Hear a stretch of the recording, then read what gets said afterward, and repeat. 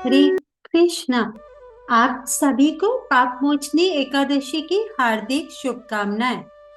चैत्र मास के कृष्ण पक्ष की एकादशी को पापमोचनी एकादशी कहते हैं। नाम से ही स्पष्ट होता है कि यह सारे पापों को हरने वाली, उनको नष्ट करने वाली एकादशी है। ब्रह्मांड पुराण में यह वर्णन आता है कि एक बार युधिष्ठिर महाराज भगवान श्री कृष्ण एक प्रश्न पूछते हैं। युधिष्ठिर महाराज कहते हैं कि चैत्र मास के कृष्ण पक्ष में आने वाली एकादशी की महिमा क्या है। इस एकादशी व्रत के पालन से हमें क्या फल प्राप्त होता है। तब उत्तर में भगवान श्री कृष्ण कहते हैं कि हे राजाओं में श्रेष्ठ, सभी जीवों के कल्याण के लिए मैं आपको इस एकादशी की महिमा बता रहा हूँ।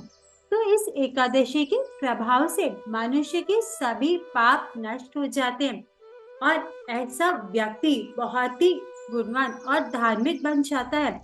इसीलिए इसका श्रवण और पठन बहुत ध्यानपूर्वक करें। तो प्राचीन समय में एक बहुत ही सुंदर वन था, फूलों से सुशोभित। इस वन में कई बार देवराज इंद्र भी आया करते थे और इस रमणीय वन में वह विहार करते थे। इसी वन में च्यवन ऋषि के पुत्र और शिव जी के परम भक्त मेधावी ऋषि वहां तपस्या करते थे।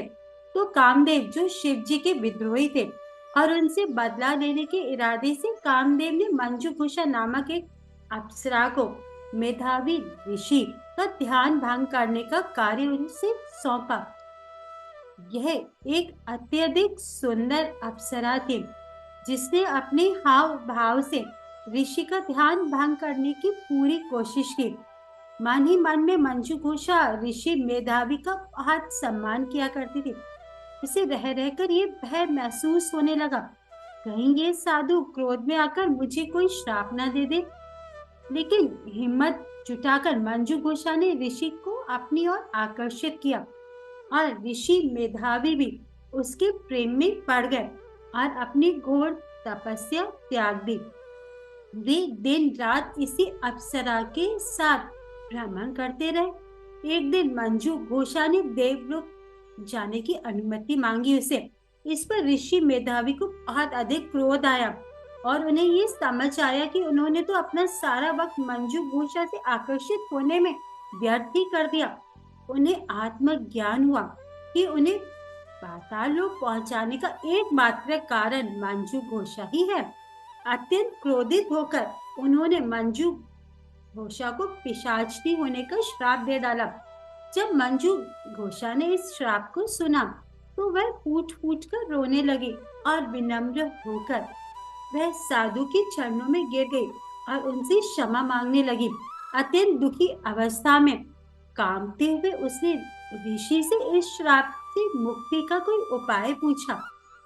तब करुणामय होकर मेधावी मुनि ने उसे पाप मोचने एकादशी के व्रत का सख्ती से पालन करने की सलाह दी, जिससे वह किसी भी प्रकार के असुर योनि या पिशाच योनि से मुक्त हो जाएगी।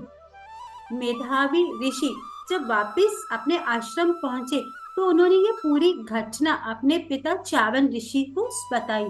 तब च्यवन ऋषि ने मेधावी ऋषि से कहा कि तुमने मंजू घोषा को श्राप देकर खुद को भी पाप का भागीदार बना दिया है और अगर तुम्हें अपने पाप खत्म करने हैं तो तुम्हें भी पाप मोचनी एकादशी का व्रत रखना ही चाहिए। तब मेधावी ऋषि ने इस एकादशी का पालन किया और इस तरीके से ऋषि के सारे पाप नष्ट हो गए और व्रत का पालन करने से मंजू घोषा को भी पिशाच योनि से मुक्ति मिली और अपने पूर्व स्वरूप को प्राप्त कर वह स्वर्गलोक लौट गए। तो देखिए, इस कथा से हम ये समझ सकते हैं कि जो भी व्यक्ति श्रद्धा पूर्वक और भक्ति भाव से इस एकादशी व्रत का पालन करते हैं उन्हें बड़े से बड़े पापों से मुक्ति प्राप्त होती है। इस कथा के श्रवण मात्र से उन्हें 1000 गाय दान करने का फल प्राप्त हो जाता है। देखिए, देखा जाए तो एकादशी व्रत का पालन करना बहुत सरल है इस दिन हमें भक्ति के अनुकूल सारी चीजों का निष्ठा पूर्वक अधिक से अधिक पालन करना चाहिए। तो अब भक्ति के अनुकूल क्या है? जैसे हरि करी का श्रवण करना, हरि नाम कीर्तन करना, जप करना, और ऐसी देखिए चीजों को त्यागना जो भक्ति के प्रतिकूल, जैसे सोना, व्यर्थ की बातें करना, किसी की निंदा करते रहना, इनसे डिस्टेंस मेंटेन करें, दूर रहे, क्योंकि इससे हमारी चेतना चेतना दूषित हो जाती है।